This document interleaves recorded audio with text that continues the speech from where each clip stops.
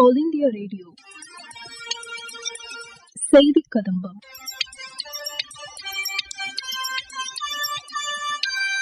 இன்றைய செய்தி கதம்பத்தில் மத்திய அரசின் சமூக வலைதள பதிவுகள், காசி தமிழ்ச் சங்கம நிகழ்ச்சியில் பங்கேற்றுள்ள மாணவர்களின் கருத்துக்கள் மற்றும் நமது லட்சியம் வளர்ச்சியடைந்த பாரதம் யாத்திரையின் ஒரு பகுதியாக திருச்சி, பெரம்பலூர், நாமக்கல் ஆகிய மாவட்டங்களில் நடைபெற்ற பல்வேறு விழிப்புணர்வு நிகழ்ச்சிகள் உள்ளிட்டவை இடம்பெறுகின்றன. முதலில் மத்திய அரசின் சமூக வலைதள பதிவுகள். கேந்திர வித்யாலயாவின் வைர விழாவையொட்டி பிரதமர் திரு நரேந்திர மோடி பணியாளர்களுக்கும் மாணவர்களுக்கும் வாழ்த்துக்களை தெரிவித்துக் கொண்டுள்ளார். நாட்டின் எதிர்காலத்தை வடிவமைப்பதில் கேந்திர வித்யாலயா முக்கிய பங்காற்றியுள்ளதாக பிரதமர் கூறியுள்ளார்.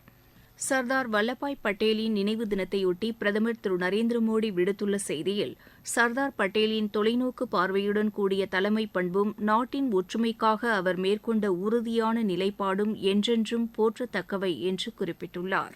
இந்நாளையொட்டி மத்திய தகவல் ஒலிபரப்புத்துறை அமைச்சர் திரு அனுராக் தாக்கூர் விடுத்துள்ள செய்தியில், உறுதிமிக்க நவீன இந்தியாவை கட்டி எழுப்புவதில் சர்தார் வல்லபாய் பட்டேல் ஆற்றிய அரும்பணிகள் நினைவுகூரத்தக்கவை என்று கூறியுள்ளார். தகவல் ஒலிபரப்புத்துறை இணை அமைச்சர் டாக்டர் எல். முருகன் விடுத்துள்ள செய்தியில், ஆங்கிலேயர்களை எதிர்த்து போராடி நாட்டை ஒருங்கிணைத்த விடுதலை போராட்ட வீரர் சர்தார் வல்லபாய் பட்டேலின் நினைவு நாளில் அவரது சேவையையும் தியாகத்தையும் போற்றி வணங்குவோம் என்று தெரிவித்துள்ளார். ராஜஸ்தான் முதலமைச்சர் திரு பஜன்லால் சர்மாவுக்கு பிரதமர் திரு நரேந்திர மோடி தமது பிறந்தநாள் வாழ்த்துக்களை தெரிவித்துள்ளார். ராஜஸ்தான் முதலமைச்சராக பதவியேற்றுள்ள திரு பஜன்லால் சர்மாவுக்கு வாழ்த்துக்களை தெரிவித்துக் கொண்டுள்ளார் வெளியுறவுத்துறை அமைச்சர் திரு ஜெய்சங்கர். நாட்டின் 80 நகரங்களில் மத்திய அரசின் 341 நலவாழ்வு மையங்கள் உள்ளதாக மத்திய சுகாதாரத்துறை அமைச்சர் திரு மன்சுக் மாண்டவியா கூறியுள்ளார். காசி தமிழ்ச் சங்கம நிகழ்ச்சியில் பங்கேற்க உள்ள 216 பேர் கொண்ட முதல் குழுவினர் சென்னை சென்ட்ரல் ரயில் நிலையத்திலிருந்து இன்று வழி அனுப்பி வைக்கப்பட்டனர்.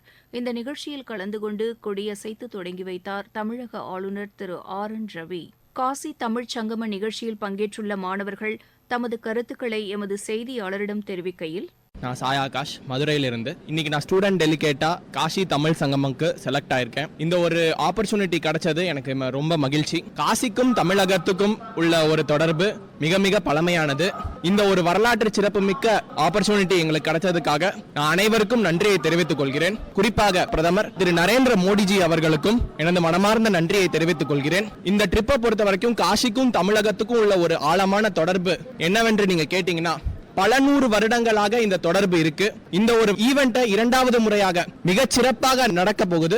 என் பேரு கோகுல்தாஸ். நான் சேலத்திலிருந்து வரேன். சென்னையில இருந்து காசிக்கு போறதுக்கான காசி தமிழ் சங்கம்னு ஒரு சங்கம் இருக்கு. அது வழியா நாங்க கிளம்புறோம். இது என்னன்னா, இங்க தமிழ்நாட்டுக்கும் உத்தரப்பிரதேஷ்லயும் இருக்கிற அந்த 2 மாநிலத்துக்கும் உள்ள அந்த கல்ச்சுரல் ஹெரிட்டேஜஸ் அந்த கேப் நிறைய இருக்கு. ஆனா சங்க காலத்துல 2க்கும் பார்த்தோம்னா 2ம் கிட்டத்தட்ட ஒரே மாதிரி தான் இருக்கு. அதை காட்டுறதுக்கு தான் எங்களை கூட்டு போறாங்க. கிட்டத்தட்ட 2ம் ஒரே மாதிரி தான் இருக்கு அப்படின்னு சொல்றதுக்கு இந்த காசி தமிழ் சங்கம்னு அஃபிஷியல் பேஜ்ல இருந்து ஒரு லிங்க் எல்லாருக்கும் சென்ட் பண்ணி விட்டாங்க. அதுல நான் அப்ளை பண்ணேன். அதுல குறிப்பிட்ட சில மெம்பர்ஸ் மட்டும் ஒரு 200 பேர் மட்டும் செலக்ட் பண்ணி இப்போ ஃபர்ஸ்ட் பேட்ச் அனுப்பி விடுறாங்க. இது ஒரு 7 நாள் ட்ரிப்பு. இங்கேருந்து ட்ராவலிங் 2 டேஸ், அங்கே 4 டேஸ் போய் அங்கே காசி, வாரணாசி, அயோத்தியா அங்கெல்லாம் அங்கே இருக்க பிளேசஸ்லாம் கல்ச்சுரல் ஹெரிட்டேஜஸ்லாம் எங்களுக்கு காட்டுவாங்க.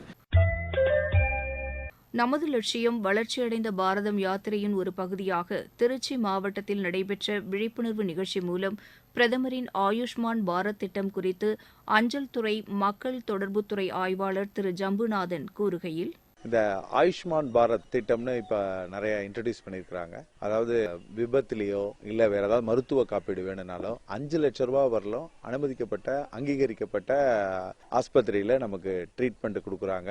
எந்த விதமான பண செலவும் இல்லாம நம்ம போய் அந்த கார்டு வைச்சிருக்கிறவங்க எல்லா எலிஜிபிலிட்டி ஆனவங்களும் இந்த இ-சேவை மையத்திலயோ அருகாமையில் உள்ள பிரிண்ட் அவுட் எடுத்துக்கிட்டாலோ உங்களுக்கு அந்த கார்டுனுடைய இது வந்துடும். எல்லா மருத்துவமனையிலையும் அந்த மல்டி ஸ்பெஷாலிட்டி ஹாஸ்பிட்டல்னு சொல்றாங்க இல்லையா, அந்த எல்லா ஆஸ்பத்திரியிலுமே உங்களுக்கு 5 லட்சம் ரூபாய் வரலும் குடும்பத்தில் உள்ள அத்தனை பேருமே மருத்துவ காப்பீடு இலவசமாவோ எல்லா திட்டங்களுமே நம்ம பண்ணிக்கலாம். அது ஒண்ணு. அதே மாதிரி வருஷத்துக்கு 12 ரூபாய் கட்டினா போதும் விபத்து காப்பீடு 18 வயசுலேருந்து 70 வயசு இருக்கக்கூடிய யார் வேணாலும் இதில் இணைந்துக்கலாம். அவங்களுக்கு தேவை ஒரு போஸ்ட் ஆஃபீஸில் ஒரு அக்கௌண்ட் இருந்தால் போதும், வங்கியில் ஏதாவது கணக்கு இருந்தாலும் போதும். 12 ரூபா. அதே மாதிரி 330 ரூபா. அது 18லேருந்து 50 வயது உள்ள இருக்கக்கூடிய எல்லாருக்குமே அது பொருந்தும். அது இயற்கை மரணம் அடைந்தா அவங்களுக்கு வீட்டுக்கு 2 லட்சம் ரூபாய் காப்பீடு கொடுக்குறாங்க. இந்த மாதிரி திட்டங்கள்லாம் அறிமுகப்படுத்தி இருக்கிறாங்க.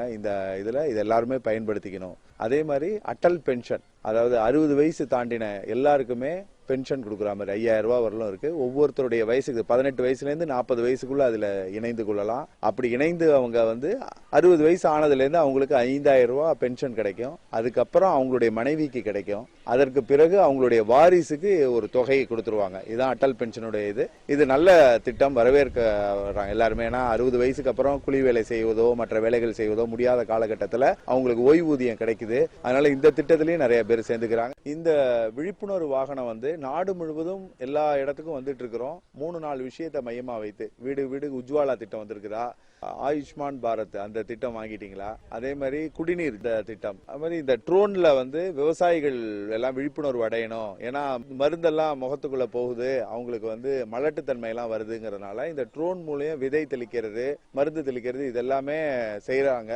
இது நேரம் மிச்சமாகுது. 5 நிமிஷத்துல அவர் ஒரு ஏக்கர் தெளிச்சிருவாங்க. ஒரு 5-6 பேர் சேர்ந்து அந்த வர சொன்னோம்னா அவருடைய கார்டு இதெல்லாம் இருக்கு. அந்த என்ன மருந்து கொடுக்குறீங்களோ உங்க இதுக்கு ஏத்த மாதிரி அந்த மருந்து அவர் தெளிச்சிருவாரு. அவர் எதுவும் மருந்து கொண்டு வர மாட்டாரு. நீங்க என்ன மருந்து பரிந்துரைக்கிறீங்களோ அதை தெளிச்சிருவாரு. அதனால அது நல்லா இதா இருக்கும். இதெல்லாம் தெரியப்படுத்துறதுக்காக கிராமமா இந்த வாகனம் வந்து கொண்டிருக்கிறது.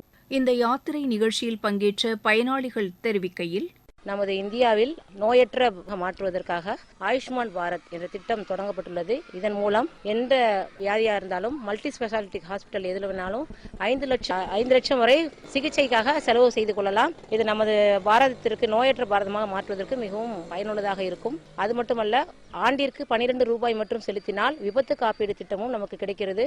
இதன் மூலம் விபத்து காப்பீடாக ஒரு நபருக்கு 2 லட்சம் ரூபாய் வரை கிடைப்பதற்கு வாய்ப்பு உள்ளது. இந்த திட்டம் பிரச்சார வாகனம் மூலமாக தெரிந்த ஊர் மக்கள் மற்றும் குழந்தைகள் அனைவரும் தெரிந்து கொண்டனர். பெரம்பலூர் மாவட்டத்தில் நமது லட்சியம் வளர்ச்சியடைந்த பாரதம் விழிப்புணர்வு யாத்திரையில் ட்ரோன் செயல் விளக்கம் குறித்து விவசாயிகள் தங்களது கருத்துக்களை தெரிவிக்கையில், பேரு ஆர் செல்வராணி, எலம்பலூர் இந்திரா நகர். நமது லட்சியம் வளர்ச்சி அடைந்த பாரதம் என்ற ஸ்கீம்ல இருந்து நாங்க பயிற்சி எடுத்துக்கிட்டோம். இந்த பயிற்சியில ஆளில்லா அந்த ட்ரோனருங்கிற அந்த கருவி மூலயமா நாங்க நிறைய பயனடைஞ்சிருக்கோம். அடுத்தது களைக்கொல்லி, பூச்சிக்கொல்லி இதெல்லாம் நிறைய எங்களுக்கு யூஸ்ஃபுல்லா இருக்கு. இது மூலியமா பயன்படுத்தும் பொழுது இந்த வளர்ச்சியை கொடுத்ததை நம்மளுடைய மத்திய அரசுக்கு ரொம்ப நன்றி சொல்லிக்கிறோம்.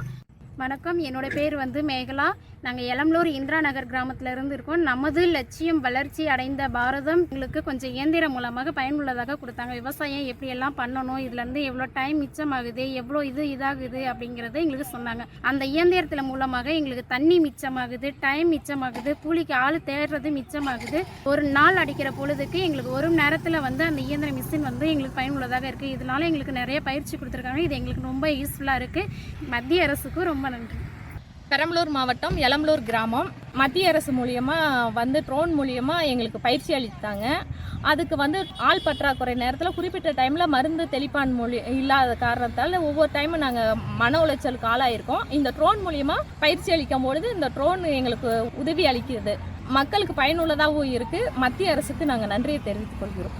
நாமக்கல் மாவட்டத்தில் நடைபெற்ற விழிப்புணர்வு நிகழ்ச்சியில் பங்கேற்றுள்ள பயனாளிகள் தங்கள் கருத்துக்களை தெரிவித்தனர்.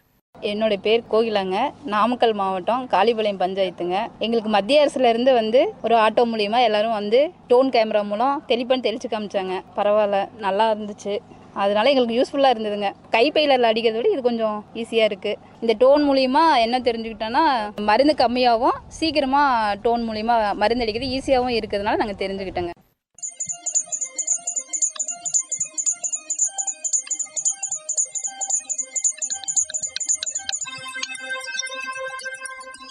இத்துடன் இன்றைய செய்திக் கதம்பம் நிறைவு பெறுகிறது.